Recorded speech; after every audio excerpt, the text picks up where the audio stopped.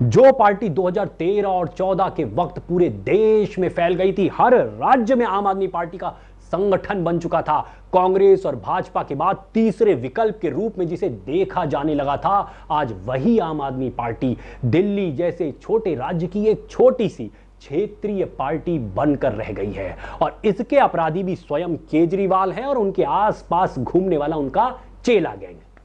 पूरा अंदर तक इन्हें समझने के बाद जो मेरा निष्कर्ष निकलता है वो ये है कि केजरीवाल की शुरुआत से ही कांग्रेस से इंटरनल सेटिंग थी। पूरा अन्ना आंदोलन और आम आदमी पार्टी हमारी और आपकी आंखों में धूल झोंकने मात्र के लिए खड़ा किया गया था, और इस बात को मैं आपके समक्ष अगले चंद मिनटों में साबित कर दूंगा। बस आप धैर्य से अंत तक ये वीडियो सुनिए।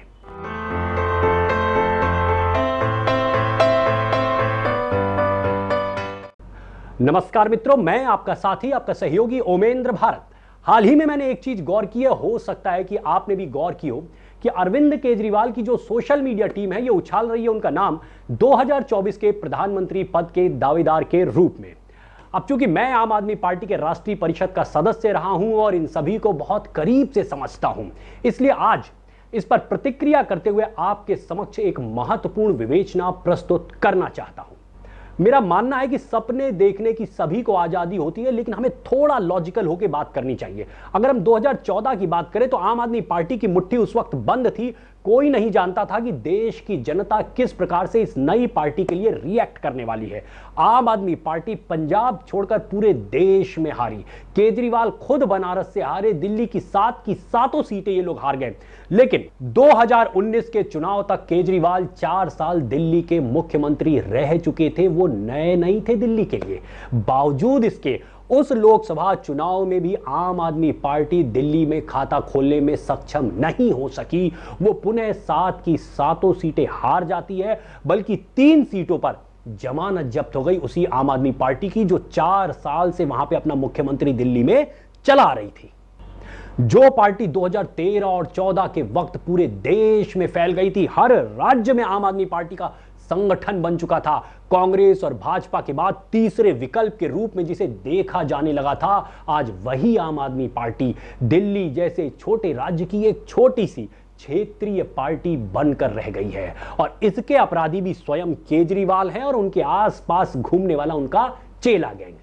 मैं पूछता हूं कि किस मुंह से आप लोग प्रधानमंत्री बनने की बात कर रहे हैं या कोई दावा कर रहे हैं? अरे भाई, राजनीति जो है वो संख्या के आधार पे चलती है। आज स्थिति यह है कि आपके पास 2 लोकसभा सांसद नहीं है, 1 सीट है केवल, और वो भी पंजाब में। दिल्ली में आपके पास 0 सीटें हैं जहां के आप मुख्यमंत्री हैं। आपसे बड़े नेता तो इस वक्त अखिलेश यादव हैं, मायावती है, ममता बनर्जी हैं, नीतीश कुमार है, और साउथ के बहुत सारे ऐसे नेता हैं जिनके पास कुछ तो संख्या है, 5, 10, 15, 20, 25 कुछ तो सांसद है। आपके पास तो केवल 1 सांसद है लोकसभा का, जिसके आधार पर प्रधानमंत्री बनने की ख्वाब देखा जा सकता है। अतः आंकड़ों के आधार पर बात करो भैया, हवा में उड़ने की कोई जरूरत नहीं है।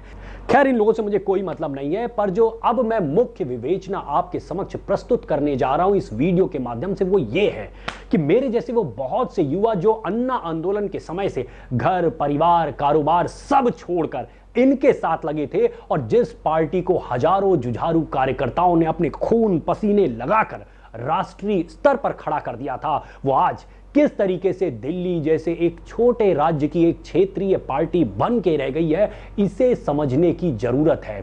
पूरा अंदर तक इन्हें समझने के बाद मेरा जो निष्कर्ष है वो ये है कि केजरीवाल की शुरुआत से ही कांग्रेस से इंटरनल सेटिंग थी। पूरा अन्ना आंदोलन और आम आदमी पार्टी हमारी और आपकी आंखों में धूल झोंकने मात्र के लिए खड़ा किया गया था, और इस बात को मैं आपके समक्ष अगले चंद मिनटों में साबित कर दूंगा। बस आप धैर्य से अंत तक ये वीडियो सुनिए। तो केजरीवाल और कांग्रेस के बीच में पकने वाली इस खिचड़ी को समझने के लिए थोड़ा इतिहास में जाना पड़ेगा। जरा एक बार तेजी से पिछले 10-15 साल की जो पूरे देश में राजनीति हुई उस पे गौर फरमाइए।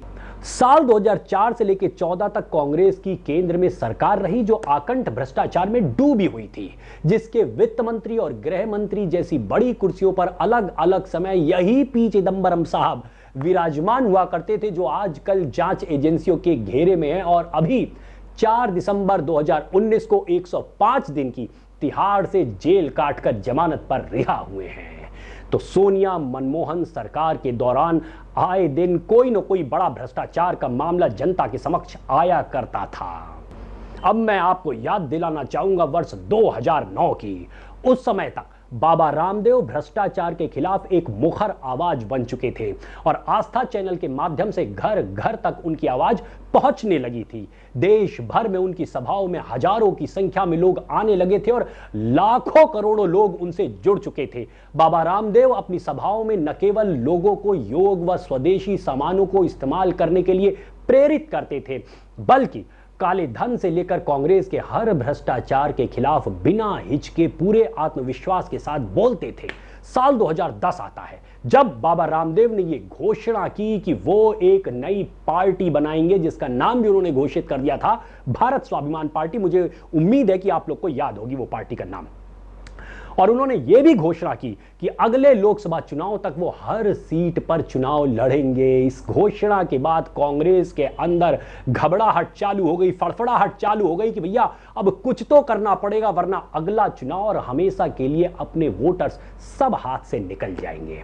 आज तक कांग्रेस ने जो थर्ड फ्रंट भारत में खड़ा नहीं होने दिया था, अब वो भी खड़ा होता हुआ उसे दिखने लगा। इसलिए कांग्रेस ने एक चाल चली, एक सोच रखी। कांग्रेस ने केजरीवाल को रामदेव के पैरेलल खड़ा करने की एक कुटिल योजना बनाई। और इसके पीछे जो कांग्रेस का थॉट प्रोसेस था वो बहुत ही सिंपल सा था, लेकिन ये कहा जा सकता है कि देश की जनता इस बात को उस वक्त समझ नहीं पाई।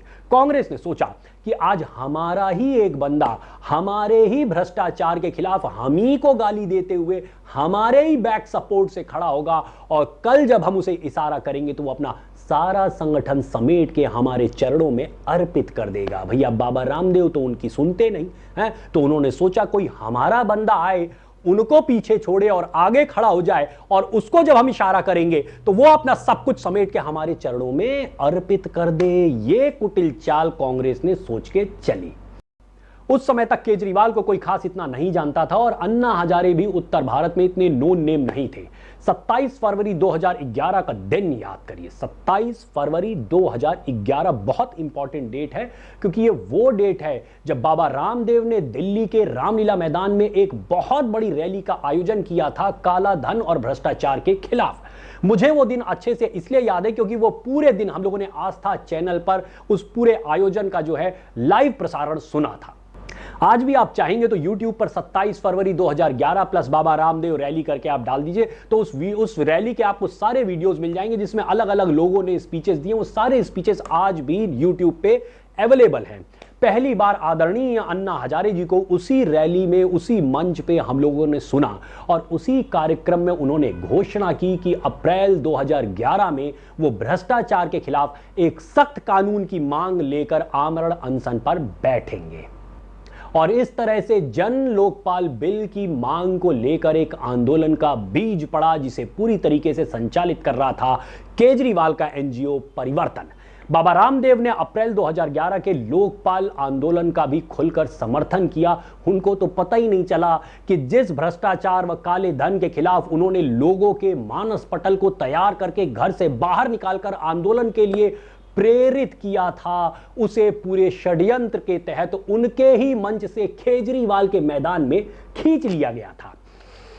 इसमें मैं अन्ना जी को दोषी नहीं मानता। वो एक सीधे सरल इंसान है जिसे केजरीवाल ने आंदोलन का चेहरा बनाकर पहले अपने आप को खुद को पॉपुलर किया और उसके बाद उन्हें किनारे कर दिया।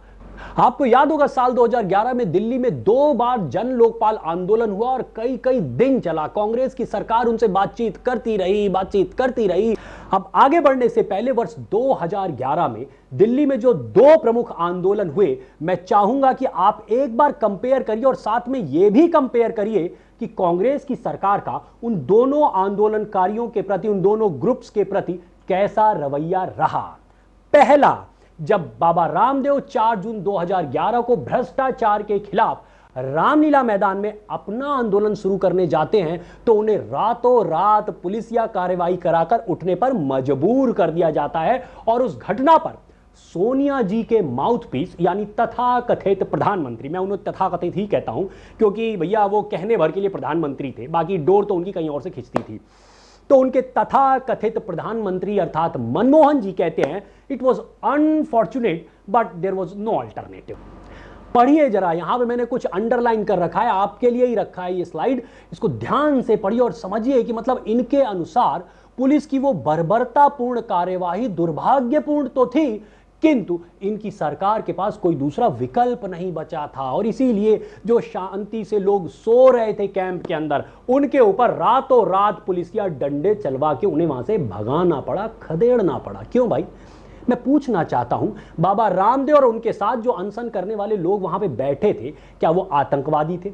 वो कोई आगजनी कर रहे थे? क्या वो सड़क जाम करके बैठे थे? नहीं, मतलब ऐसा क्या हो गया, क्यों हो गया और आपको ऐसा क्यों दिखने लगा कि आपके पास कोई विकल्प ही नहीं बचा था? है अभी उसी दिल्ली में, उसी दिल्ली के शाहीन बाग में 3 महीने से लोग सरकार के खिलाफ सड़क जाम करके बैठे थे और मोदी सरकार के पास तो भैया विकल्प नहीं खत्म हुए, 3 महीने में नहीं खत्म हुए, और आपके पास 24 घंटे से पहले ही विकल्प खत्म हो गए। क्यों और कैसे खत्म हुए ये हम जानना चाहते हैं। हम देश के आम नागरिक हैं, हम आज जानना चाहते हैं ये बात। अच्छा, तो जो मैं कंपेयर करने की बात कर रहा था, तो एक पक्ष आपने समझ लिया ये रामदेव जी वाला, अब जरा दूसरा पक्ष समझते हैं। जब दूसरी ओर 16 अगस्त 2011 को केजरीवाल जी की टीम द्वारा संचालित आंदोलन के मुख्य अनशनकारी अर्थात अन्ना हजारे जी अनशन के लिए निकलने वाले थे, निकले नहीं थे, दोनों चीजें ध्यान रखिए। रामदेव जी अनशन पर थे, वहां पे उनके ऊपर कार्रवाई हुई।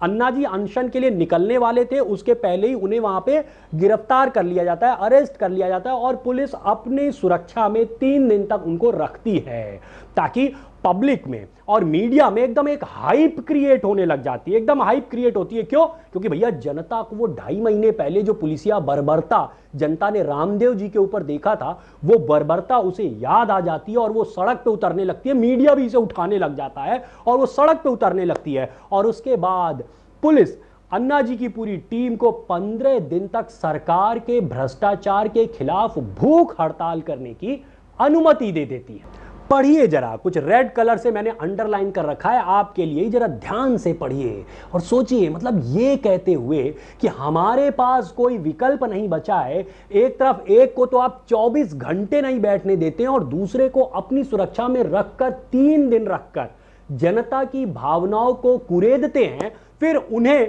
15 दिन तक भूख हड़ताल करने की स्वयं अनुमति दे देते हैं। मतलब इसे तुलना करिए जरा, अपना दिमाग लगा के तुलना करिए और सोचिए कि इन दोनों से क्या तात्पर्य निकालना चाहिए भाई।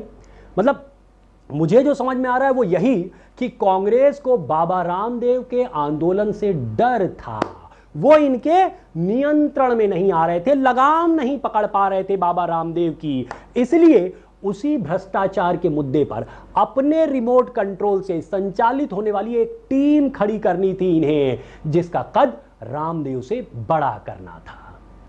वो टीम कांग्रेस को ही गाली देती रही और जनता बेचारी भ्रमित होकर कि भैया आज भ्रष्टाचार के खिलाफ की सबसे बड़ी आवाज ये बन चुके हैं और जनता इनके पीछे खड़ी होती गई और ये सारा कठपुतली गेम स्वयं कांग्रेस द्वारा संचालित होता रहा। और मैं जनता का क्या कहूं, जब संतोष हेगड़े साहब, किरण बेदी जी, कुमार विश्वास साहब, साजिया इल्मी जैसे नामचीन लोग और उनके साथ साथ बहुत से ऐसे पढ़े लिखे लोग भ्रमित हो सकते हैं, तो आम जन का क्या कहा जाए।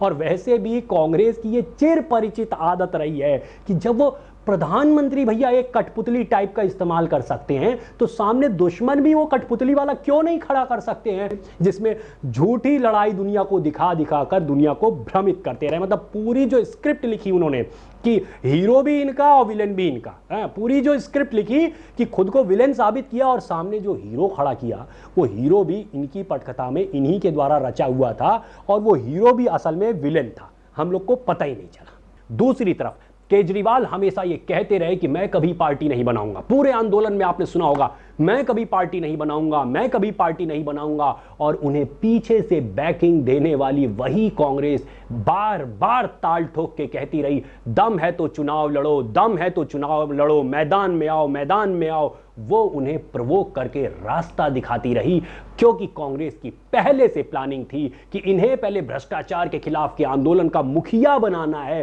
फिर इनकी पार्टी बनवानी है और पार्टी बनवा के अपने से छिटक रहे वोट को इनके पास रोकना है और बाद में वो वोट अपनी तरफ ट्रांसफर कराना है। आगे की बात करते हैं। साल 2012 आता है, केजरीवाल अब खुद अनशन पर बैठते हैं क्योंकि अब उन्हें मुख्य चेहरा बनना था। उसी अनशन के अंत में यह घोषणा कर दी जाती है कि अब केजरीवाल जी के नेतृत्व में एक पॉलिटिकल पार्टी का गठन होगा। अन्ना जी और किरण बेदी उस पॉलिटिकल पार्टी के घोषणा के बाद उस पूरे फ्रंट से अलग हो जाते हैं और वही दो नाम थे जो कि केजरीवाल से बड़े नाम थे। उन दोनों के हटते ही केजरीवाल पूरे मुहिम के सबसे बड़े नाम के रूप में उभर के सामने आ जाते हैं। अब मैं आपको कुछ सवाल दूंगा, आप उनके उत्तर ढूंढिए। आपको स्वयं समझ में आ जाएगा कि केजरीवाल और कांग्रेस ने किस तरह इंटरनल सेटिंग करके जन लोकपाल आंदोलन के नाम पे हमारी और आपकी आंखों में धूल झोंकी। 26 नवंबर 2012, याद करिए जंतर मंतर की वो रैली जिसमें आम आदमी पार्टी के औपचारिक गठन की घोषणा की जाती है। मैं भी उसमें व्यक्तिगत तौर पे मौजूद था और उसी के बाद अनाउंस कर दिया जाता है कि केजरीवाल को सीएम कैंडिडेट बनाकर 2013 का दिल्ली विधानसभा चुनाव लड़ा जाएगा। केजरीवाल खुद कांग्रेस की 3 बार की मुख्यमंत्री रही शीला दीक्षित जी के खिलाफ उन्हीं की सीट नई दिल्ली पर ताल ठोकते हुए चुनाव लड़ते हैं और उन्हें हराते हैं। लेकिन चुनाव खत्म होते ही बात पूरी पलट जाती है। कांग्रेस के समर्थन से वो खुद मुख्यमंत्री बन जाते हैं। सोचिए क्यों हुआ ऐसा? जो चुनाव के पहले अपने बच्चों की कसम खा रहे थे कि कुछ भी हो जाए हम कांग्रेस या भाजपा किसी के समर्थन से सरकार कभी नहीं बनाएंगे, वो कांग्रेस के समर्थन से मुख्यमंत्री बनते हैं। सोचिए क्यों? जो सवाल मैं छोड़ते जा रहा हूं उन सवालों पर गौर करिएगा, आपको स्वयं चीजें समझ में आएंगी। आगे बढ़ते हैं। 2014 का लोकसभा चुनाव आता है। केजरीवाल सीएम की कुर्सी छोड़कर यह कहते हुए, चूंकि मैं जन लोकपाल बिल नहीं बना पा रहा हूं इसलिए मैं ये सीएम की कुर्सी का त्याग करता हूं। वो बात और है कि ये दोबारा भी बन गए, तिबारा भी बन गए और आज तक वो जन लोकपाल बिल नहीं बना पाए हैं और पार्टी का इंटरनल लोकपाल भी आज तक घोषित नहीं है। खैर, उसी जन लोकपाल का नाम लेते हुए उन्होंने 2014 में वो सीएम की कुर्सी का त्याग कर दिया और सांसदी का चुनाव लड़ने के लिए मैदान में उतर जाते हैं। बट अगेन अगर आप ध्यान दिए होंगे तो भ्रष्ट कांग्रेस की अध्यक्षा सोनिया गांधी के खिलाफ रायबरेली से नहीं, आपको भाई पूरा अन्ना आंदोलन कांग्रेस के भ्रष्टाचार के खिलाफ लड़ा गया। लेकिन जब चुनावी मैदान में उतरने की बारी आई तो उन्होंने कांग्रेस की तरफ अपना रुख नहीं किया। वो किससे चुनाव लड़ने जाते हैं? नए नवेले पीएम कैंडिडेट बने भारतीय जनता पार्टी के नरेंद्र मोदी जी के खिलाफ बनारस से चुनाव लड़ने जाते हैं, जिनके खिलाफ भ्रष्टाचार का कोई बड़ा मामला नहीं था। सोचिए आखिर केजरीवाल में यह बदलाव क्यों आया, किस प्रकार से आया, इसके ऊपर अपना थोड़ा सा चिंतन करिए। मैं कुछ आगे बढ़ता हूं। उस लोकसभा चुनाव में पूरे देश में आम आदमी पार्टी का सूपड़ा साफ हो जाता है। केजरीवाल सहित सारे बड़े नेता हार जाते हैं सिवाय पंजाब के, जहां पार्टी के बड़े नेता गंभीरता से प्रचार करने भी नहीं गए थे। मतलब पूरे देश में जहां एक तरफ मोदी की आंधी चल रही थी, पर पंजाब की कुल 13 में से 4 लोकसभा सीटें आम आदमी पार्टी के प्रत्याशी जीत जाते हैं। पार्टी के सभी नेताओं और कार्यकर्ताओं को, हम सभी को भरोसा हो गया कि 2017 में जो पंजाब में विधानसभा चुनाव होने वाले हैं उनमें पार्टी सरकार बनाने की स्थिति में आ सकती है और इसलिए पंजाब में संगठन निर्माण का काम बहुत तेजी से चालू कर दिया जाता है। केजरीवाल बनारस से हारने के बाद दिल्ली वापस आ जाते हैं और दिल्ली विधानसभा चुनाव के लिए तैयारी चालू कर देते हैं। वहीं दूसरी ओर कांग्रेस जो थी वो मोदी की आंधी से अंधी हुई जा रही थी, परेशान हो रही थी और दिल्ली विधानसभा चुनाव 2015 में आपने ध्यान दिया होगा कांग्रेस ने अपने प्रचार को मध्यम कर दिया ताकि भाजपा को रोका जा सके और केजरीवाल को भले जिता दिया जाए पर भाजपा की स्पीड पे ब्रेक लगाई जाए।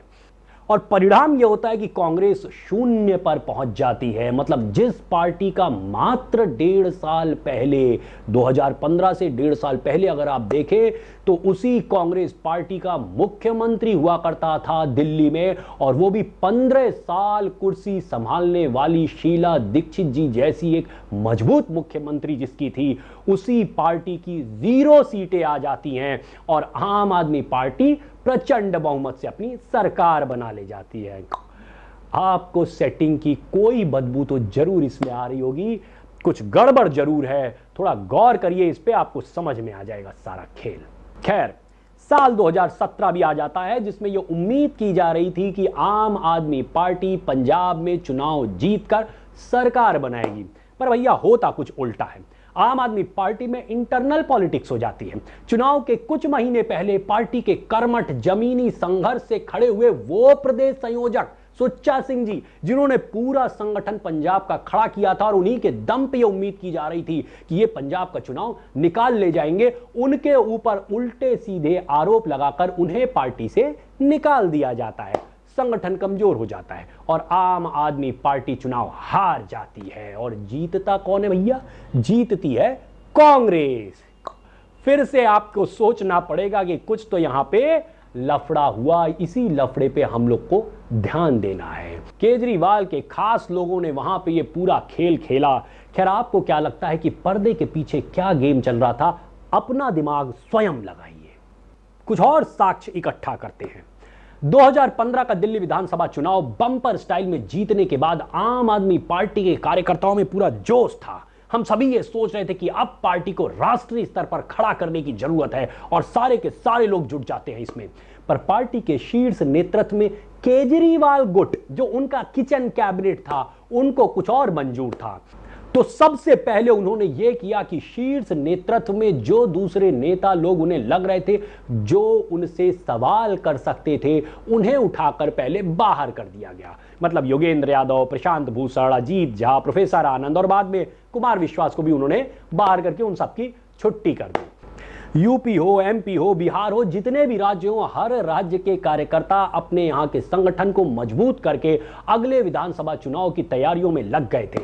लेकिन केजरीवाल के दिमाग में कुछ और चल रहा था। यूपी के कार्यकर्ताओं से उन्होंने कह दिया कि भैया 2017 का विधानसभा चुनाव हमें नहीं लड़ना है, नहीं लड़ना है, कतई नहीं लड़ना है। अच्छा जी, तो क्या हुआ कि उसी दौरान 2017 के चुनाव के कुछ समय पहले उनकी लखनऊ में एक मीटिंग होती है। तो कार्यकर्ताओं ने उनसे पूछ लिया कि भैया आपने यहां मना कर दिया कि चुनाव नहीं लड़ना है, तो यह भी बताते हुए जाइए कि किसको वोट देना चाहिए, किसके लिए वोट अपील करनी चाहिए। तो केजरीवाल साहब ने उस पर अपना जो स्टेटमेंट दिया था वो बहुत ही शर्मनाक है। उन्होंने ये कहा कि कुछ भी हो जाए, काले कुत्ते को वोट दे देना, लेकिन भाजपा को वोट मत देना। कार्यकर्ता भी परेशान कि यार अब ये काला कुत्ता कहां से ढूंढ कर लाया जाए। कोई काला कुत्ता मिला नहीं और भाजपा जीत गई। पर यह बात कुछ गले नहीं उतरी कि भाजपा के लिए इनके दिल में इतनी नफरत कहां से आ गई, जो अन्ना आंदोलन के दौरान कभी दीगर नहीं हुई। सोचिए इस बात पे कि ऐसा क्यों होता है कि जहां वो भ्रष्टाचार के खिलाफ लड़ाई लड़ रहे थे, वो पूरी भ्रष्टाचार के खिलाफ वाली लड़ाई अब भाजपा के खिलाफ वाली लड़ाई में तब्दील हो चुकी थी। क्यों और कहां से उनके अंदर ये भाजपा के खिलाफ की नफरत सामने आने लगी? इसका कारण क्या था? इसे ढूंढने का प्रयास करिए। और अगर नहीं समझ में आ रहा है तो कोई बात नहीं, इस वीडियो के अंत तक आपको एक एक बात क्लियर हो जाएगी। अब मैं बात करता हूं वर्ष 2018 की, जब देश में एक साथ 3 राज्यों में चुनाव होता है, मध्य प्रदेश, राजस्थान और छत्तीसगढ़। और खास बात यह है कि इन तीनों राज्यों में आम आदमी पार्टी का संगठन काफी मजबूत था। उम्मीद पूरी थी कि भले हम सरकार न बना पाए, लेकिन हम कुछ विधायक इस बार जरूर जीतेंगे और अगली बार हम सरकार बनाने की स्थिति में भी आ सकते हैं। केजरीवाल जी ने भी चुनाव के तकरीबन 8-9 महीने पहले इन सभी राज्यों में हुंकार रैली करके सत्तारूढ़ भाजपा के खिलाफ वोटर्स को खूब भड़काया और अपनी तरफ खींचने का पूरा प्रयास किया। इन सभी राज्यों में आम आदमी पार्टी के प्रत्याशी भी उतारे गए, परंतु चुनाव की घोषणा के बाद इन राज्यों में जाकर अपने प्रत्याशियों के लिए समर्थन रैली करना तो दूर, उनके लिए वोट अपील करते हुए एक ट्वीट करने की भी केजरीवाल साहब ने जहमत नहीं उठाई। और मुझे यही लगता है कि दिल्ली में बैठे बैठे कांग्रेस के साथ उनकी जरूर कोई ना कोई सेटिंग हो गई होगी और परिणाम यह निकला कि आम आदमी पार्टी के सभी प्रत्याशियों की जमानतें जब्त हो गई और कांग्रेस पूरे बहुमत के साथ इन तीनों राज्यों में सरकार बना ले जाती है। क्या आपको यहां पे सेटिंग की कोई भनक नहीं लग रही है? सोचिए जरा ध्यान से। खैर, 2019 के लोकसभा चुनाव के आते आते केजरीवाल जी ने पर्दे के पीछे से चल रहे इस कठपुतली गेम का सारा राज खुद ही खोल दिया, जब उन्होंने कैमरे के सामने आकर यह बात कह दी कि भैया मैं तो दिल्ली की 7 लोकसभा सीटों के लिए कांग्रेस से गठबंधन को लालायित हूं। मेरे को लगता है कि मैं शीला जी का बहुत सम्मान करता हूं। मेरी प्रीडिसेसर थी, अभी कुछ दिन पहले बीमार हुई थी, मैं उनके घर भी गया था उनसे मिलने के लिए। मेरे को लगता है कि मैं शीला जी का बहुत सम्मान करता हूं। मेरी प्रीडिसेसर थी, अभी कुछ दिन पहले बीमार हुई थी, मैं उनके घर भी गया था उनसे मिलने के लिए।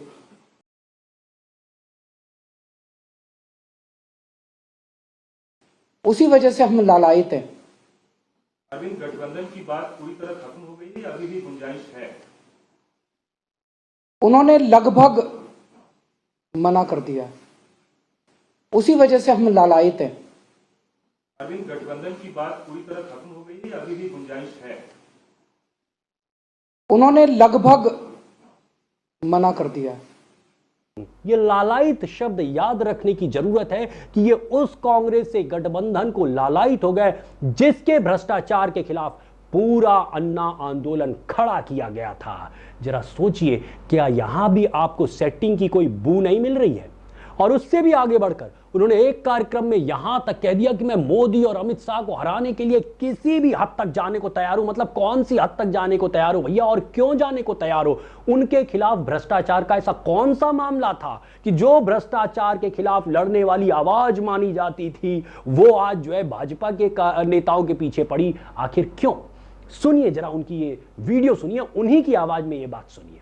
मैं किसी भी हद तक जाने को तैयार हूं मोदी और अमित शाह को हराने के लिए। मैं किसी भी हद तक जाने को तैयार हूं मोदी और अमित शाह को हराने। अर्थात वो जो 2011, 12, 13 तक केजरीवाल कांग्रेस के खिलाफ आग उगला करते थे, शीला दीक्षित के खिलाफ 3 बक्सा सबूत होने का दावा करते थे, ऑटो के पीछे आपने देखा होगा पूरी दिल्ली में पोस्टर चिपकाए गए थे, शीला दीक्षित बेईमान, अरविंद केजरीवाल ईमानदार। वो सारा का सारा जो खेल था वो दिखावा मात्र था, बल्कि कांग्रेस ने स्वयं केजरीवाल के रूप में एक कुशन तैयार किया था। कुशन समझते हैं ना, दो चीजें टकराने वाली हो तो उनके बीच में एक कुशन लगा दिया जाता है। तो भाजपा और कांग्रेस के बीच में एक कुशन के रूप में केजरीवाल को कांग्रेस ने खुद फिट किया था, जिसके 4 मुख्य काम थे। पहला, कि भ्रष्टाचार के खिलाफ राष्ट्रव्यापी आंदोलन में तेजी से बढ़ रहे बाबा रामदेव को रोककर उनसे आगे निकलना। दूसरा लक्ष्य था कांग्रेस के भ्रष्टाचार के खिलाफ 2011-12 में देश भर में खड़ी हो रही जनता को अपने पीछे लामबंद करना। तीसरा लक्ष्य था कि वर्ष 2014 से कांग्रेस को मेन निशाने से हटा के मुख्य विपक्षी पार्टी भाजपा पर आक्रमण तेज करना। और चौथा लक्ष्य था कि वर्ष 2015 में दिल्ली का पुनः मुख्यमंत्री बनने के बाद आम आदमी पार्टी का जो देश भर में संगठन खड़ा हो चुका था उसको धीरे धीरे समेट के कांग्रेस के लिए मार्ग को निष्कंटक करना। और इन सब का पुरस्कार कांग्रेस ने भी केजरीवाल को फिर से दिया। यदि आपने 2020 के दिल्ली विधानसभा चुनाव को थोड़ा करीब से देखा हो तो आपने ये देखा होगा कि कांग्रेस पूरे चुनाव में ठीक उसी तरीके से चुप्पी साधे बैठी रही जैसे केजरीवाल ने दिल्ली के बाहर के हर राज्य में कांग्रेस को जिताने के लिए चुप्पी साधने से लेकर हर चाल चली थी। अगर यह कहा जाए कि केजरीवाल ने पंजाब जैसा जीत सकने वाला राज्य कांग्रेस को भेंट कर दिया और कांग्रेस ने बदले में केजरीवाल को दिल्ली गिफ्ट कर दी तो यह कोई अतिशयोक्ति नहीं होगी। तो यह थी वो पूरी विवेचना जिसके माध्यम से मैं आपके सामने स्थापित करने का प्रयास कर रहा था। कांग्रेस और केजरीवाल के बीच में वो जो नाजायज रिश्ते थे वो आपको दिखा सकूं, बता सकूं कि वो जिनके माध्यम से हमें और आपको मूर्ख बनाया गया। और ये देखिए, ये पूरी विवेचना मैंने क्यों प्रस्तुत की, इसके 2 कारण हैं। नंबर 1, कांग्रेस व केजरीवाल के किसी दूसरे षड्यंत्र के हम शिकार न बने। और नंबर 2, दोबारा ऐसा कोई केजरीवाल जन आंदोलन का नाम लेके हमें और आपको मूर्ख न बना सके, देश को आंदोलन के नाम पे धोखा न दे सके। हमें सीखना होगा कि राजनीति में कई बार जो कठपुतलियां हमारे सामने नाचती नजर आती हैं उनकी डोर कोई और पीछे से थामा हुआ होता है। मैं उम्मीद करता हूं कि आपको यह विवेचना पसंद आई होगी, और यदि हां तो कृपया इस वीडियो को आगे भी शेयर करिए, दूसरों को भी जागरूक होने का मौका दीजिए। जय हिंद, जय भारत।